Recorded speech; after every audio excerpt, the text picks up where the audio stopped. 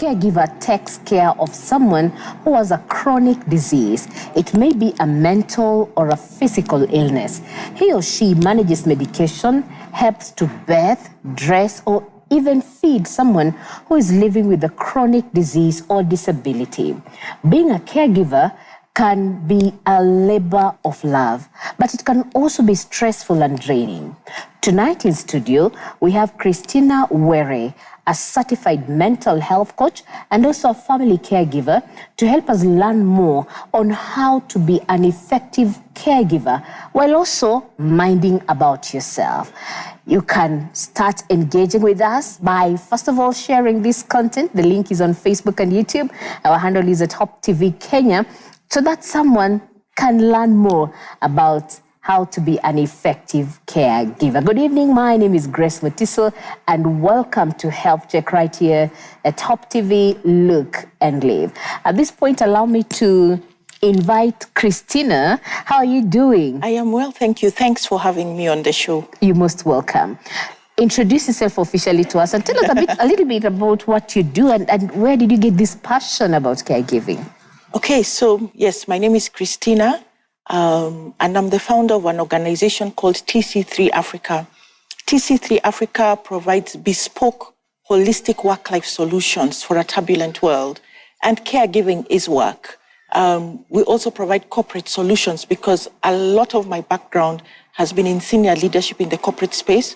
So issues around leader wellness, executive burnout, leader burnout.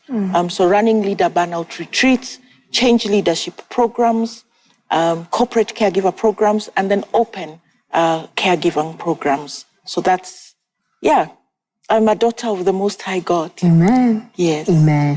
When did the passion about caregiving begin? What's the story behind that? Wow. It didn't begin as a passion. Caregiving hit me in the face, smack, bang, and here I was a family caregiver. My mom got a stroke one seemingly fine Saturday morning, and that began the journey of me becoming a family caregiver.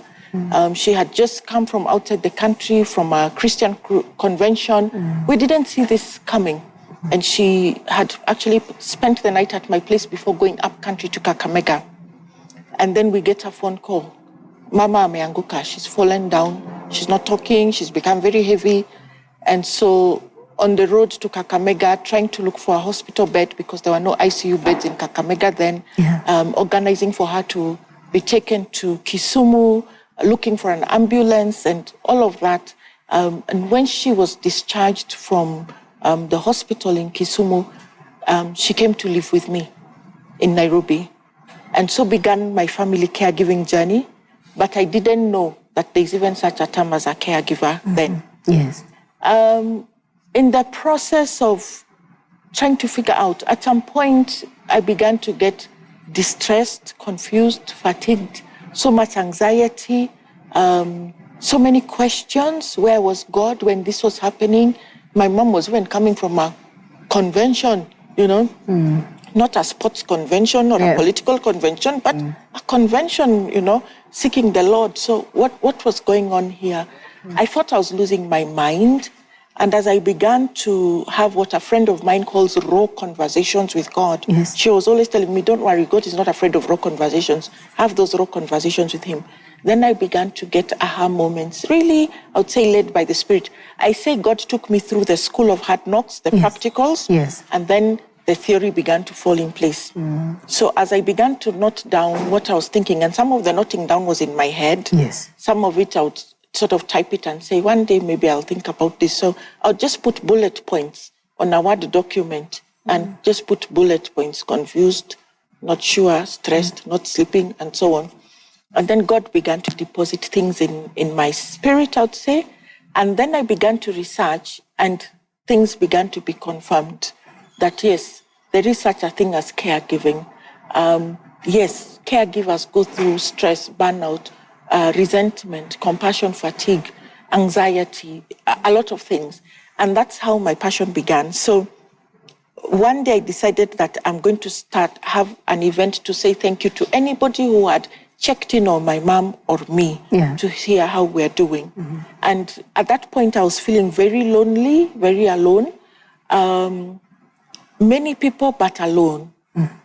But as the list grew, I realized it was a very long list.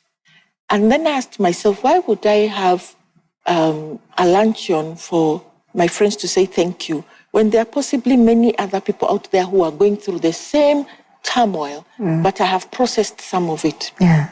And so I decided to hold a 2-day non-residential retreat, and 75 people showed up, caring for, spouses, parents, children, siblings, cancer, children born with congenital conditions, ADHD, cerebral palsy, substance addictions, mental conditions induced by substance addiction, and other mental conditions not induced by substance addiction. So one person will say, oh, I'm taking care of my brother because of taking drugs. He's also developed schizophrenia. Somebody else has got a spouse who has just got schizophrenia, nothing to do with drugs, And what touched me was that one of the people came all the way from Bondo, carrying her child who had cerebral palsy and autism combination.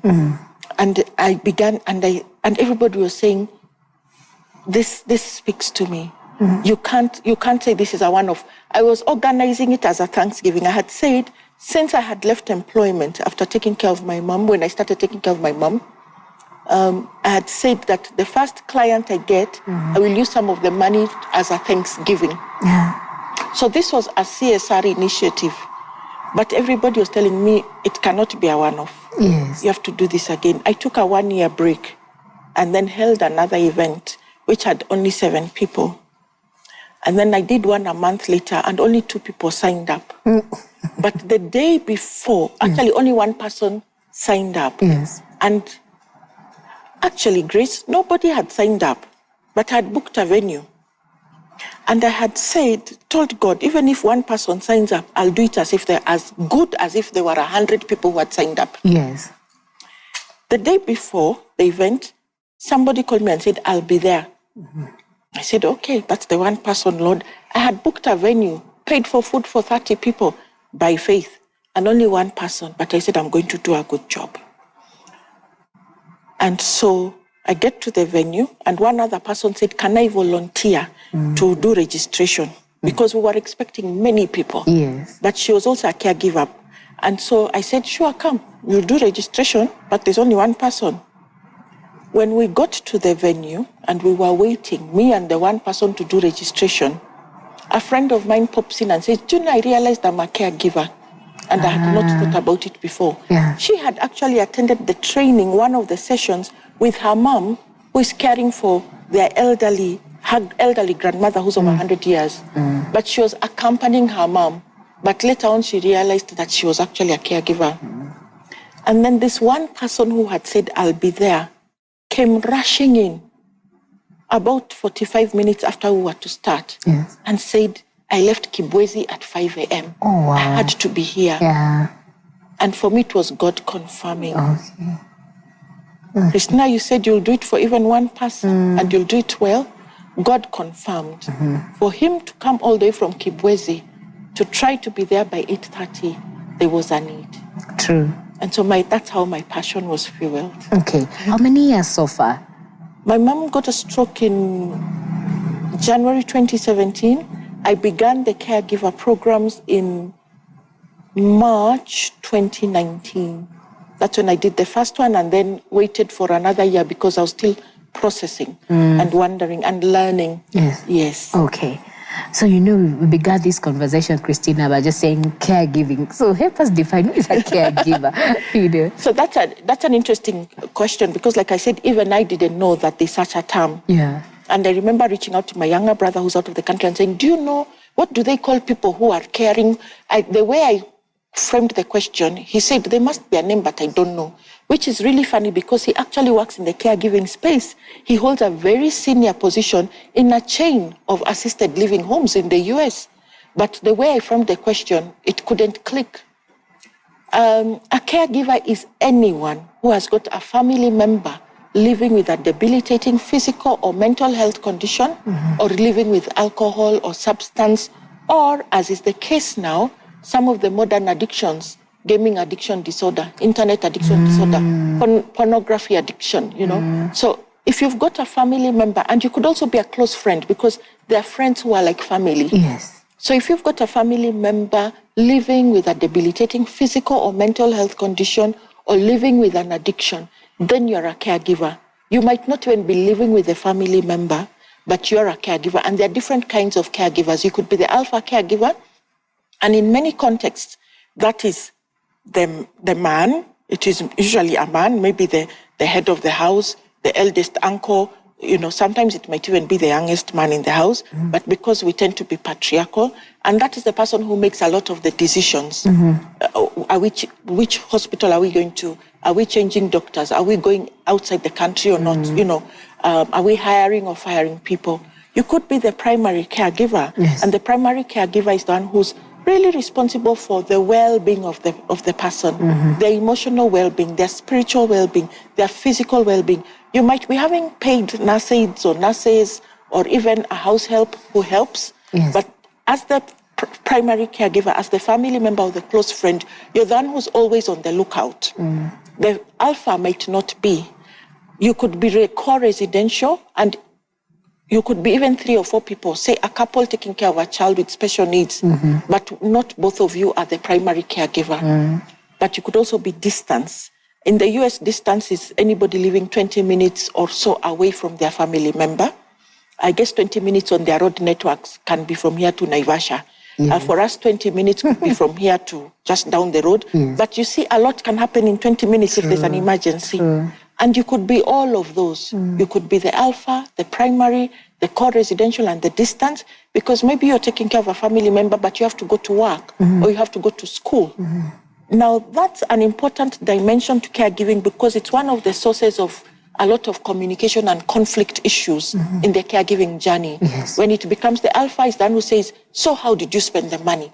Did you have to go to that doctor? That is such an expensive one. But why didn't you ask for generic medicine? Or that house help we have, useless, fire him or her.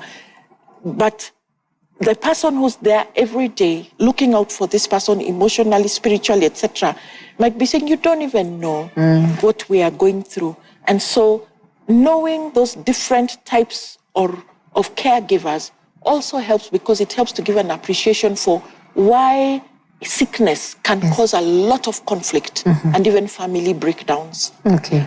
That's an interesting, definition of caregivers. I think the first time I heard of a caregiver is the nannies who help us with the children. Yes.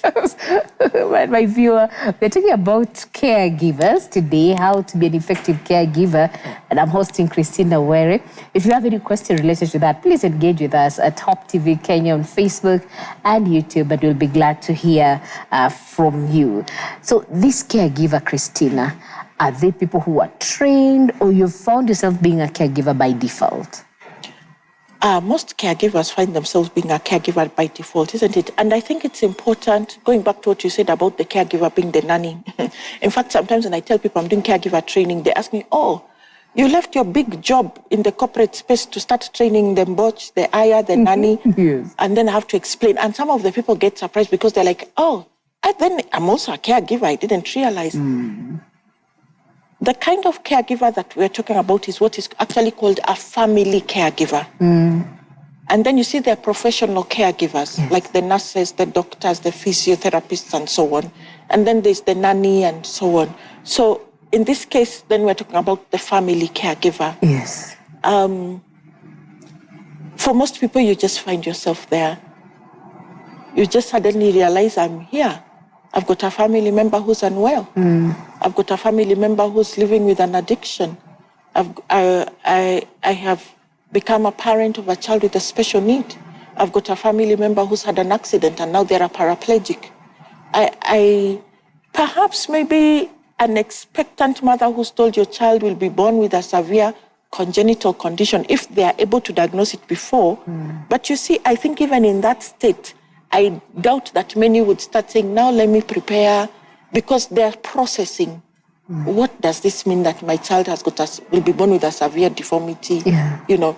So I think most family caregivers just find it has either landed on them suddenly, or it has crept on them, like in cases where it is a degenerative disease, like maybe dementia, which might have taken 5-10 years to evolve. And then 10 years later, you're like, oh, now I understand why she used to forget so many. So when he was forgetting, it was not just acting up, it was a sign of dementia. So it could creep on you or it could be sudden. Okay. So most people just land there and get into dealing with the situation. And because I know there could be a viewer who says, I really identified with what Christina is saying, I found myself there.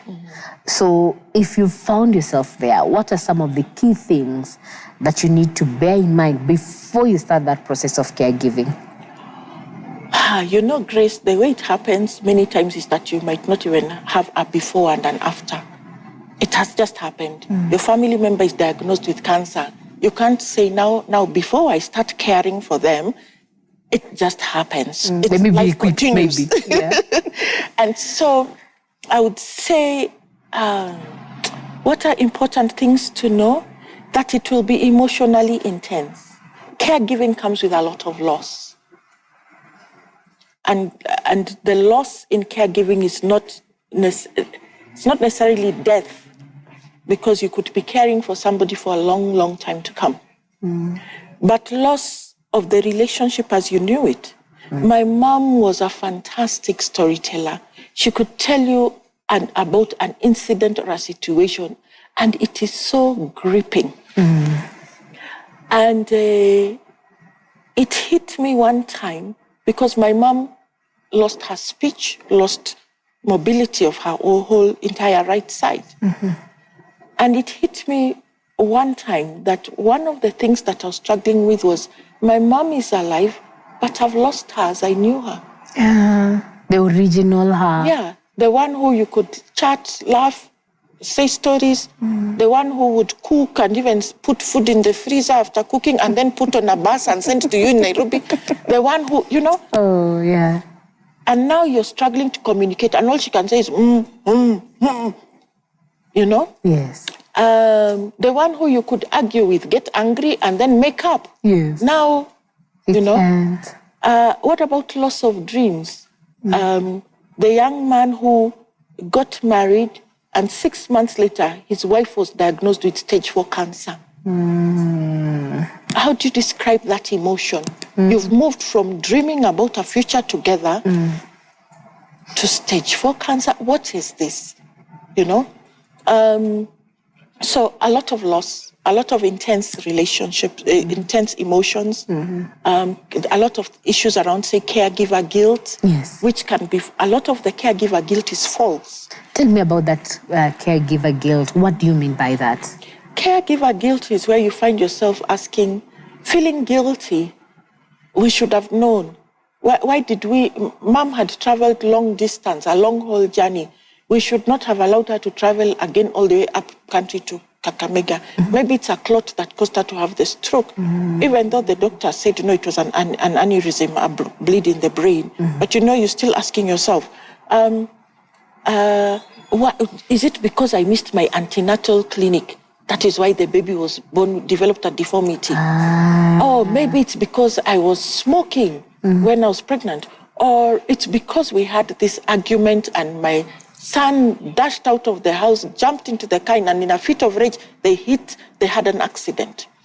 Now, caregiver guilt can also come because how come, have we seen all the doctors we could possibly see? Maybe we should have tried all those multi-level, you know, should we have tried this multi-level product and the other multi-level? Have we really done the best we could? Why didn't I notice that my spouse was getting dementia? Surely that forgetfulness, I should have realized there's something wrong. What kind of a spouse am I if I didn't notice? I'm doing my best to make them happy and they are never happy. So, or why aren't they improving? They are plateauing. You know, in the way in hospitals, I used to work in a hospital for a long time.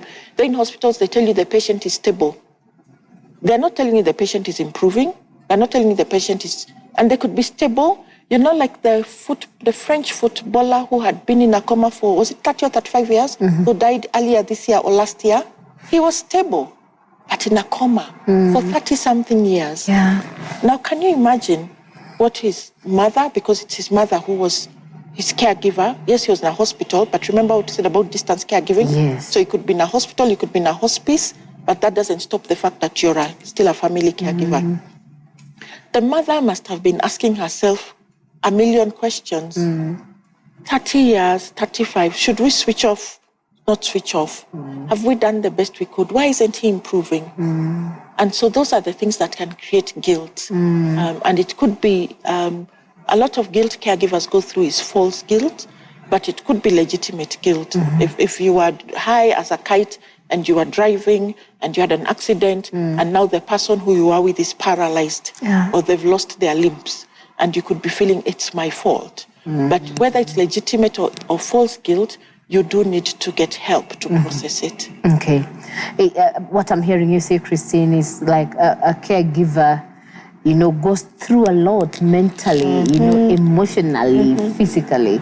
So my question is, how should a caregiver, somebody watching us and is a caregiver, take care of their mental health? Because they believe everything starts with the mind. Yeah. Some research that I read from the United States, and sadly we don't have a lot of local research, found that caregivers spend 19 and a half days on caregiving.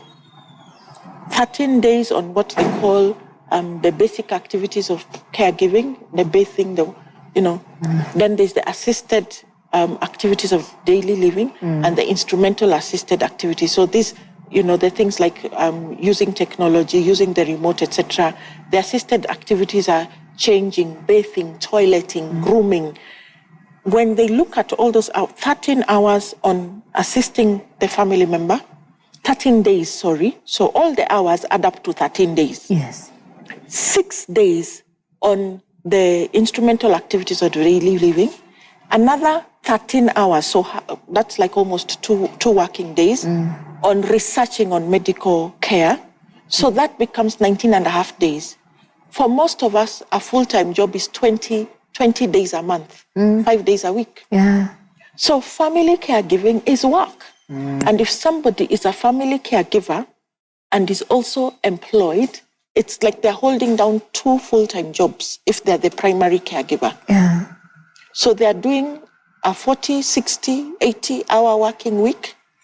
And so recognizing that family caregiving is work, it's more than just a relationship. It reaches a point where it's not that your love finishes, but you're unable to continue on love alone. Yeah. So I think just recognizing that family caregiving is work. Sometimes people would ask me, so what do you do now? I say, I'm not working, I'm taking care of my mom. I think what I should have, I understood that how much work it is, then I started realizing, no, it's not that I'm not working. I am working. Yes. I should say I'm not employed because I'm not being paid for it. Yes. Yeah. So recognizing that it is a lot of work, recognizing that it is also physical work for many people, the lifting, the bending. Many of us will not have hospital-type beds in our homes where you can lift people, So if you're turning an adult or a growing child who's become a teenager and you have to change them in their bed, dislocating your your slipped disc and all of those things. So it is physically taxing. Then the lack of sleep. So I'm just starting that before I even go to the mental, because those physical things then feed on the mental. Yeah. The lack of sleep. For example, 2:17 a.m., my mom could cough. I have changed downstairs the dining room to be my mom's bedroom because, of course, she can't walk, she can't stand, she can't climb. So downstairs has become the bedroom, the dining room. She coughs, and I'm down the stairs before even the nurse aide has got up to check what is happening with my mom. So was I really asleep? No. So the physical fatigue, the being hyper alert, eventually all those play on you. And then if you're feeding inconsistently, and they say that the gut is the second brain, a good chunk of mental health issues are resolved by good nutrition. So you're not even eating well. Maybe the financial situation is demanding, and so you are sacrificing your own feeding and everything so that your family member can feed well, can get the right medication. And then the mental aspects. So all that will play to your mental health. And then those that are directly mental health, the anxiety, the grief, because a lot of the loss that comes in the caregiving journey is not grieved because you've not even recognized that I've lost the dreams that I had. I've lost my space. Everybody has got an opinion. Have you tried this? Have you gone to that doctor? Why don't you go to this country? And so loss of privacy, loss of space, loss of your hope, loss of your future, loss of your time. So many losses which you don't get to grieve. And so that means you're dealing with a lot of grief that is bottled up because you've not recognized the grief. And that contributes to the mental health. So I would say one is recognizing that that's the intensity. Recognizing those intense experiences, some which will shock you because it's like, how could I suddenly imagine my husband dead? And I start crying. There's actually something they call anticipatory grief, where it's not that you're evil or wicked, it just hits you because you're dealing with mortality, you're facing life and death, and you begin to worry. Or who will take care of my child when I'm gone?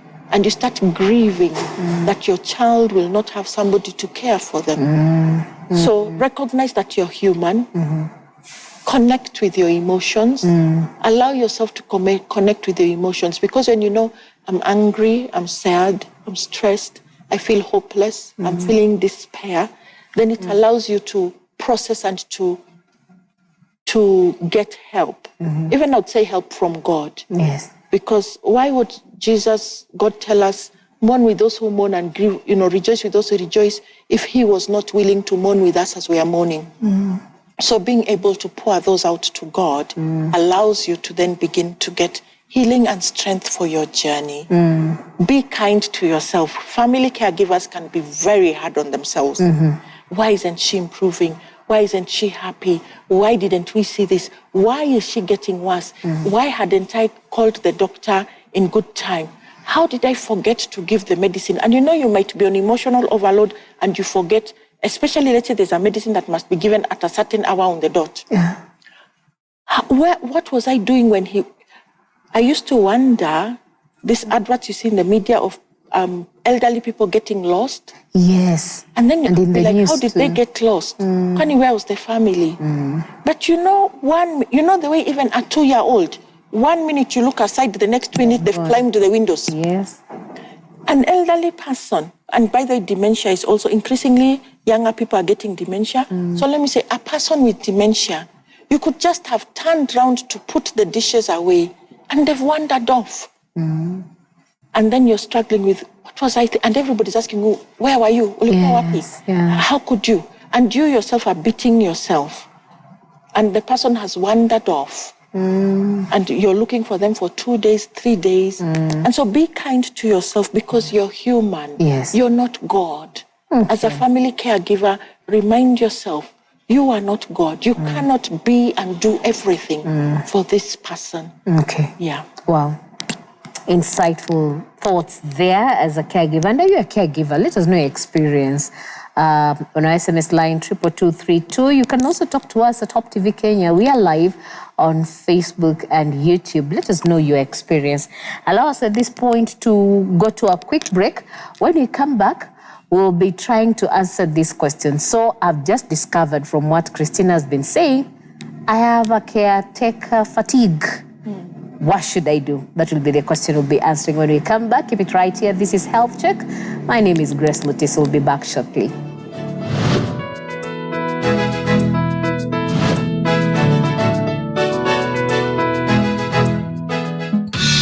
Hope TV has continuously provided you with life-inspiring Christian content. Our content offering is suitable for the whole family viewing, with Christian programs tailor-made for children, the youth, and adults, satisfying everyone's needs.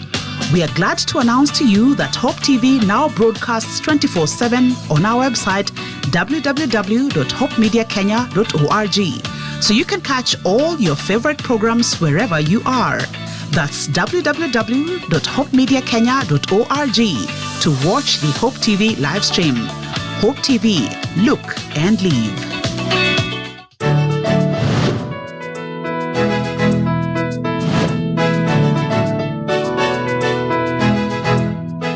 Welcome back to Health Check right here, Top TV Look and Live. My name is Grace Butiso. I'm hosting Christina Were, and our focus of discussion today is how to be an effective caregiver. And we are glad that you could find time to join us. So allow me to get back to Christina. Before we went on break, we promised to talk about, I have discovered as a caregiver, I have fatigue. Where do I start? Okay. I think one, it's important to know, are you physically and emotionally, spiritually fatigued, exhausted, or do you actually have compassion fatigue? Now, in the stress continuum, you move from stress to caregiver burnout to compassion fatigue. It doesn't always happen in a straight line. You could go through an extremely traumatizing situation and you jump to compassion fatigue without necessarily having gone through the burnout stage. What happens in these stages, Christine? So stress is, they say for all of us, stress is a healthy thing that, the normal stressors that would motivate us to do certain things and so on. In the caregiving situation, the stress could be something that is giving you pressure.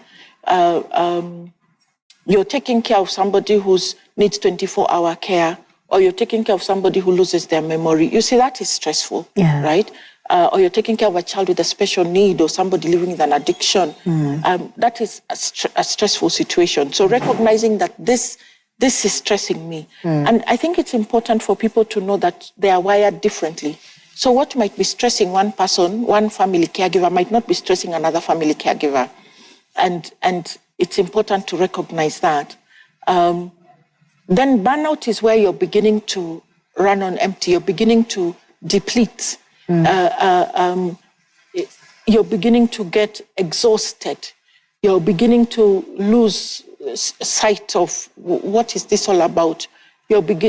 Life is starting to seem meaningless, or the caregiving journey, because the person is never improving. So you're beginning to burn out. It's beginning to take an emotional, a spiritual, and a physical toll on you.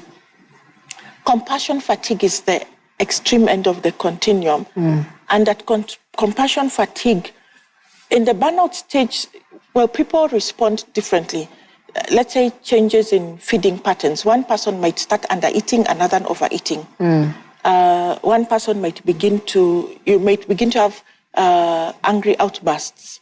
You might begin to have to be either oversleeping or undersleeping, depending on how you're wired and how therefore your body responds to the stressors. And so the burnout may manifest differently for different people. And it's very important for caregivers to always be on a journey of understanding who they are, how they are wired, and so that they can recognize when this is what is happening, having a short fuse and so on. Now, when you get to compassion fatigue, what happens is where you have now reached a state of numbness. You move from feeling nothing to having fits of rage. And these fits of rage can be uncontrollable, and the feeling nothing or nothingness, feeling frozen, can also be you just feel nothing. And that's a very dangerous space for you as the caregiver and for the person who you care for.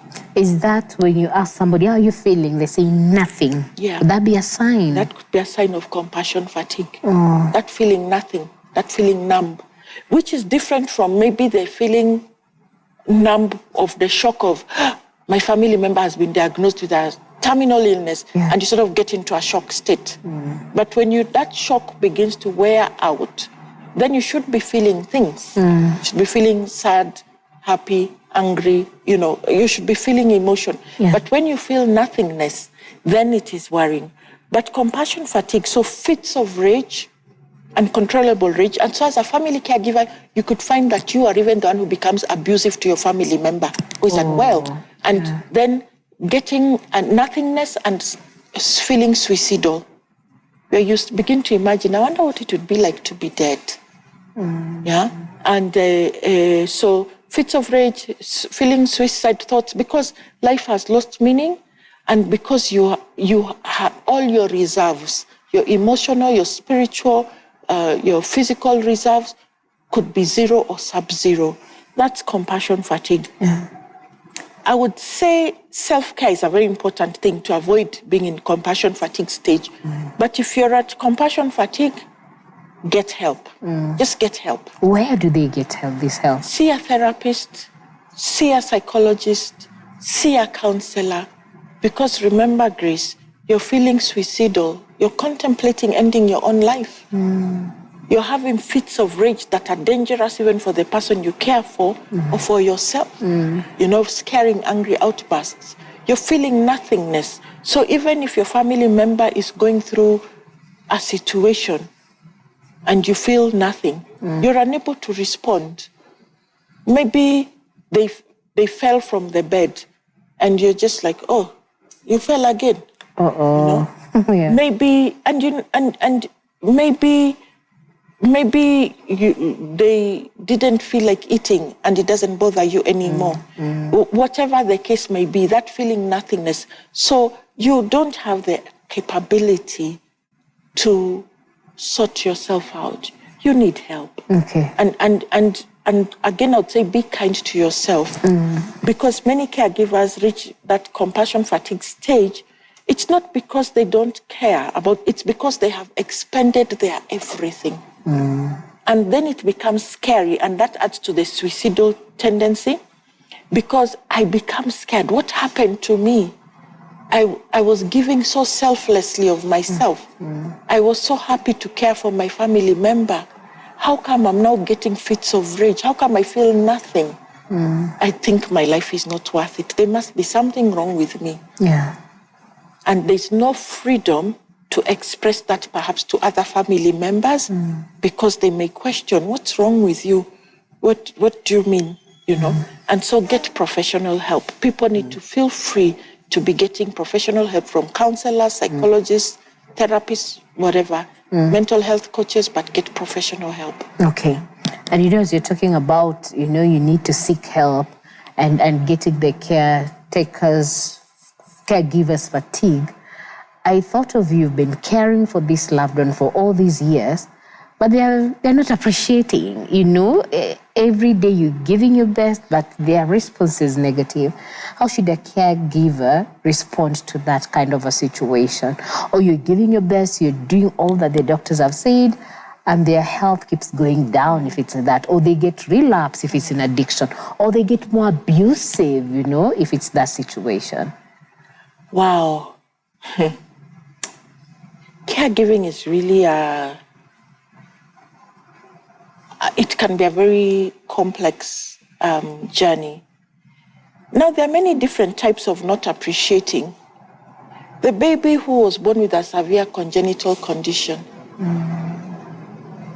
they can't express thanks.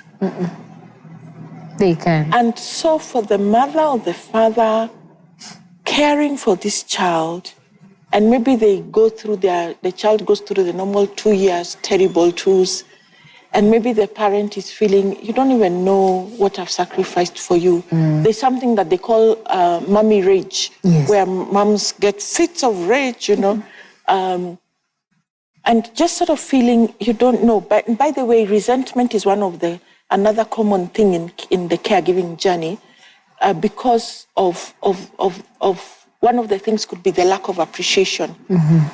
I'm doing all this, but you're not improving. Why can't you improve? What's wrong? You know, why can't your health improve? Or why are you acting up? It might look sometimes like they're acting up. Or why do you pretend that you forget things? 5 minutes ago, you could remember that the backdrop was written health check. Now you can't remember. But the person is going through dementia, and so you suffer loss of communication, loss of understanding, and so on. So I would say one is understanding what is the person. What if it's somebody who is in coma? Yeah. They can't tell you thank you. They can't say anything. But then also some caregiving situations are not in, shall I call them happy family settings? You could be caring for somebody with whom you are in an abusive relationship, and then illness struck, and you have to take care of them. Or somebody who abandoned you, walked out on the marriage, and then when life became messed up, they come back. Yeah. And at that point, you're unable to do the thing the father of the prodigal son did. Let us slaughter the fattened calf. No, my back husband there. is back after he abandoned me, Yeah. Or my wife is back Yeah. after she ran away with some other men. And then you have to care for them. Some types of dementia, not all types of dementia, some types of dementia make the person verbally and even physically abusive. Oh. And so the person will not say thank you.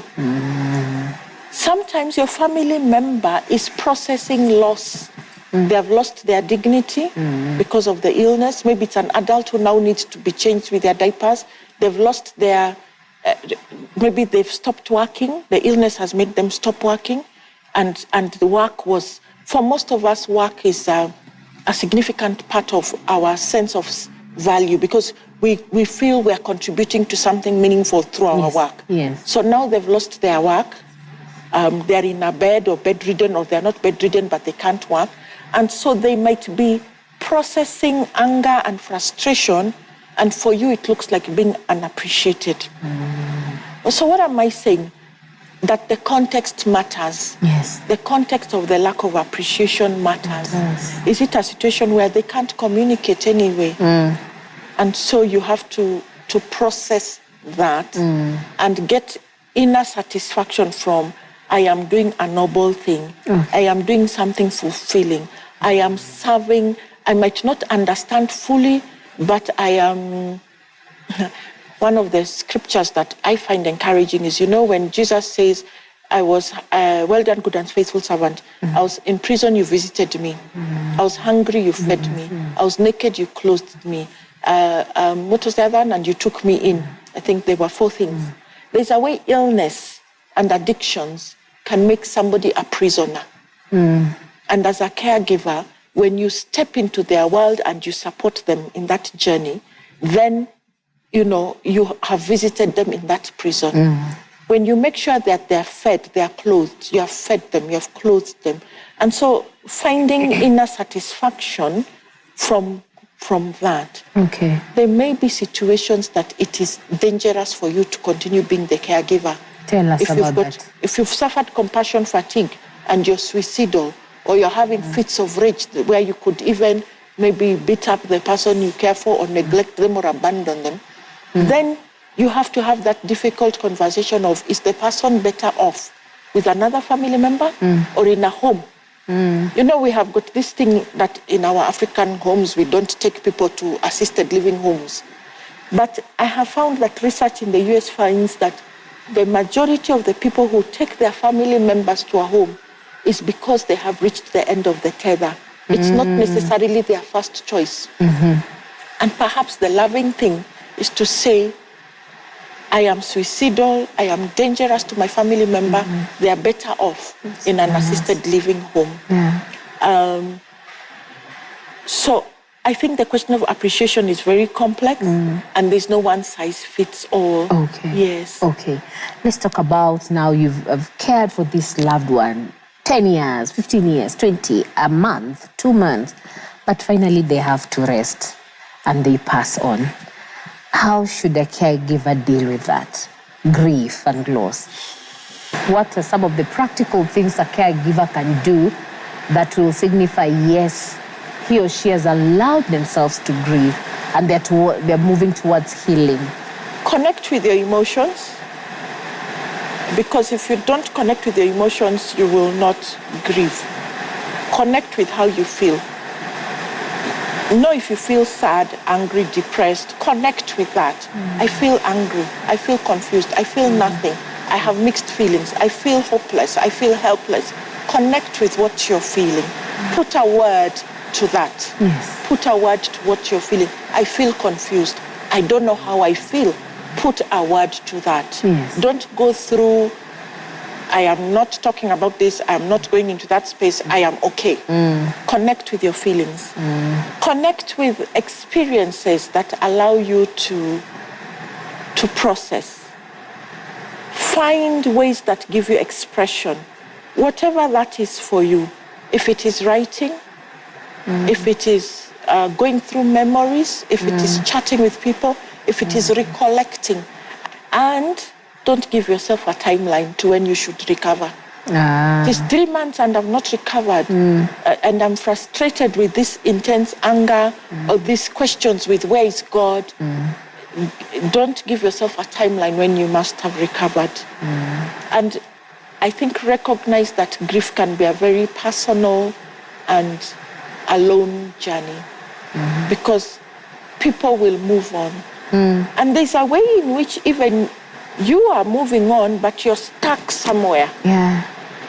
So what would I say, Grace? I think be in the present. That's the most practical thing that I would say. Be in the present. Yes. Recognize when it feels like I'm moving on, but my life is stuck. It feels like I'm watching a movie of my own life. It feels like I feel angry, I feel happy, I feel sad. Just be in the present of where you are because that's where the healing will take place. Okay. Okay. And what support can the extended family members give to a caregiver? Or it's just you're the one who's been appointed, the baton has fell on you, Christina. Deal with it, let's meet when all is okay. Get awareness as a family, get educated. You know what I was talking about, the different categories of caregivers? Yes. Because that plays into the conflict or into the support and the lack of support. When the person who is far away is like, you guys are not giving me information. Why aren't you telling me what's happening? The alpha. No, the distance. Yes, the distance caregiver could be, but why didn't you tell me the blood pressure changed by one point? Yes. Because they're anxious. Yes. The primary caregiver is like, there was no time to tell you because we were looking for an ambulance. Yes. So when you appreciate the different roles, then you begin to understand why you might fight over certain things. That's one. So getting that awareness, understanding what the cost of caregiving is on the primary caregiver. If they're spending 20 hours, and even when they are not at home, their mind is on the person who's there. Understanding why they have changed, why they don't respond the way they used to respond to things, why you're trying to tell them, let's go for a plot to relax, and they don't feel like, and yet it's the one thing that they need. So get education, have a family support group where you discuss things around the family that are a pain point, finances, communication and conflict. You could get somebody to help you to work through that. Provide respite care. What is respite care?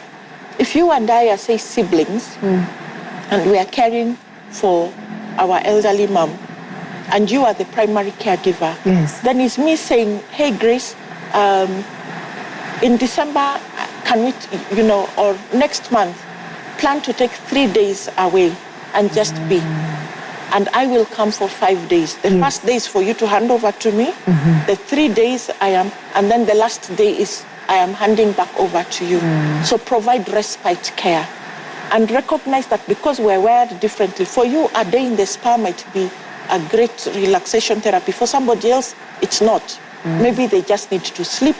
Maybe they just need to eat a healthy meal. Maybe they need to go for a walk. So find out what works for the primary caregiver and find a way to facilitate that. Yes. Okay. And is there trainings that are offered to help caregivers in the country? In the country, yes.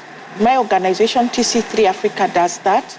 I think also many disease-specific support groups do.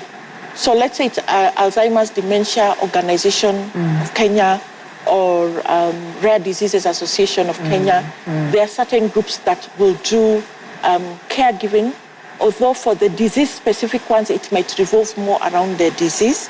But at TC3 Africa, we do offer caregiver programs, yes. Okay, and I've heard you mention you need a support group. Let's talk about that for the caregiver.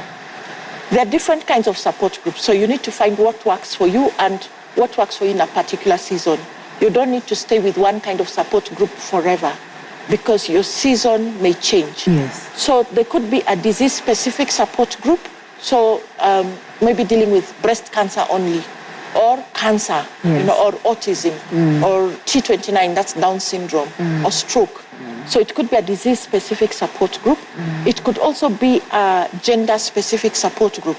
Male caregivers, female caregivers, because maybe there are some things that are unique to men in the caregiving journey. And you want to, if you're a man, you want to maybe to be in a male caregiver group. Or it could be a relationship-specific support group, parents of children with special needs. And when you're in that kind of group, you're not necessarily interested in learning about a specific special need, but what you want to know is, how do we parent through the seasons?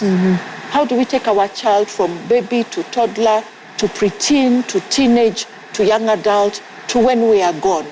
You know, how do we prepare them to be an adult with nobody to take care of them? So it may be parenting through. It might be spouses, because you want to know, how do we walk through this journey of being a spouse of somebody who's unwell? So knowing the kind of support group is important. Is it disease specific? Is it gender? Is it relationship specific? And that helps you to know how to maybe even form a support group. It doesn't have to be a registered organization. It's just a group of people meeting together and supporting each other through the journey. Wow, wow. I hope, dear viewer, you are learning a thing or two about being an efficient caregiver. And thank you so much for keeping it right here with Christina Were. Yes, Christina Were. I almost baptized you, Christine. Our guest. And please remember to share this content with someone who will benefit from it. We are live on Facebook and YouTube at Hope TV Kenya is the handle. Go there, share this content in all your WhatsApp group, because I know for sure there is a caregiver in that group who needs to be encouraged to know that they are doing such an excellent job. So let's share some tips before we wrap up the program, some tips that a caregiver can utilize to help them keep on keeping on as they all do this excellent job. Make self-care a part of your daily routine. Don't view self-care as a shot in the arm. Now, next month, I'm going to go to Mombasa and sit under a coconut palm tree and enjoy the breeze. That is just a shot in the arm, and it might not even sustain you. Yes. So make it what they call your a small daily dose. Yes. You know, and the four chemicals of the body that are important to wellness apply: dopamine, oxytocin, serotonin, and the endorphins. What do they do? To summarize, because that's DOSE, the daily dose. Those are the body chemicals that help you to be happy, that are important for your wellness, that help you to feel fulfilled, that help you to feel like you're accomplishing something. They are the feel good, I have achieved something, they're important. And what are these things? The basics, I always say, start with the basics before you go to the other things, like a holiday in the Masai Mara, going to the spa for a spa treatment. The basics. Get enough oxygen and fresh air. The things that God created us, the basics. Eat healthy food. Caregivers neglect their own well-being, and you might find yourself binge eating junk, eating trash, or not eating at all. So eat healthy food, because the gut is the second, they say the gut is the second brain. That's what psychiatrists and psychologists say. So healthy gut, healthy brain, healthy wellness. Yes. And many times psychiatrists and psychologists will want to check about your nutrition when you've got a wellness issue or a mental health issue. They'll want to eliminate that first. Exercise, even if it's a 15-minute walk. Yeah. Get the sunshine. Get sleep. Now, that's a bit ironical, because that's one of the first things that goes thrown out of the window. Yes. But try to get sleep. And where you have a sleep deficit, because maybe you've been awake 24 hours, day after day, going to check on your family member, turning them because maybe you need to turn them, they're in pain and so on, then get somebody to stand in for you so that you can fill up on your sleep deficit. Yeah. So exercise, get the oxygen, drink water, hydrate. Water is so important for your mental health, your sleeping, clearing brain fog, because many times when you're stressed and burnt out, you begin to suffer brain fog. Disconnect from technology. As much as you want to go to Dr. Google and check and read and check, disconnect from technology. That's a bit tough, Christina. It is tough. Yeah.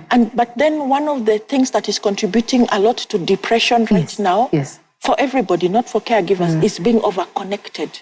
It's one of the things that's causing many of our young people to suffer depression. Yes. Because our computers, our laptops, our phones, our TVs have got what is called a blue screen. It doesn't look blue, but that blue screen affects the melatonin, which is important for our sleep. And the lack of sleep is ending up with a lot of people being depressed. Yes. So you have to be deliberate about, I'm not going to sleep with my phone next to me. I'm going to put it aside from me. So then connect with friends, connect with people, because we are created to be social beings. Yes. Connect with God, connect with your spiritual side. Those are the basics of self-care. Before you even start, a holiday wear, a spa treatment, an expensive gym membership, if you do not take care of the basics, those other things, what I call the building blocks, they will not sustain you. They'll just give you a high and a very sharp low. And then be aware of when you're self-medicating. Are you self-medicating by overeating, by over-exercising, by drugs, by alcohol, by smoking, by sex, by pornography, by gambling, by shopping, shopping therapy? You need to be aware. By taking Panadol, Spiritons. So you need to be aware when you're self-medicating, because all those are forms of self-medication. And when you realize, I'm self-medicating in this way, then you need to pause and say, I need to see how to get my daily dose of the basics. Okay, wow. Simple things, doable. Yes. And yet if you're not intentional and making a choice in doing it, you might find yourself also needing to be taken care of, isn't it? Yes. Okay. Yes. Thank you, Christina. See, time is not on our side. My director is telling me we need to wrap it up. In a minute or so, what would be your parting shot in relation to caregiving? Caregiving is very intense. It's very complex, but it is also very fulfilling. I honestly believe that as caregivers, God chooses us. If he told us he was choosing us, we'd say, no, don't choose me. We knew what was coming. But it is a blessing to be a caregiver. It is a difficult assignment, but God's grace is sufficient. And he does say, well done, good and faithful servant. Because of caring, because of feeding, because of clothing, because of looking for the person's well-being, because of standing in the gap for them. And I would say, remember, you are not God. Allow yourself to be human. Do not play God in the person's life, because it will actually send you into burnout and compassion fatigue stage extremely fast, because you cannot play the wherewithal. And then God cares. I like what the psalmist says, I call to you from the ends of the earth when my heart is overwhelmed. Lead me to the rock that is higher than I. Allow yourself to tell God, my heart is overwhelmed. I'm calling to you. I feel like you and I you are that side, God, and me, I'm Nahuko at the end of the earth. Please, Lord, lead me to the rock that is higher than I. Amen. Wow. You've reminded me of Don Moen's song, Lest We Begin Preaching. Lord, it seems so far away. Yes. But I'll still sing. And I like the way you've quoted the psalm that you can tell God, my heart is overwhelmed.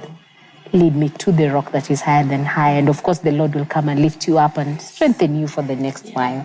Thank you so much, Christina. We appreciate you. Wish you a blessed time. Thank you. And of course, we look forward to inviting you again and maybe get a testimony from a caregiver, of how the journey has been. Thank you so much. Thank you for having me. And I believe that many people will be ministered to because of what you're doing at Hope TV. Amen. Thank you again. Amen. Amen. Thank you. Her name is Christina Were, and she's been helping us talk about caregiving, being an effective caregiver. I hope you've learned. I think it begins with you. My take home, it begins with you, Make sure you're okay. Eat well, sleep well, love you, connect with God, seek help if it's too much. And when you're well, you'll be able to take care of your loved one well. I wish you a blessed night. My name is Grace Mutiso. God willing, let's do this again next week, Tuesday, same time, same place, same station, different clothes, of course, and different guests. Have a beautiful one. Keep it Hope TV. Look and live. Bye-bye for now.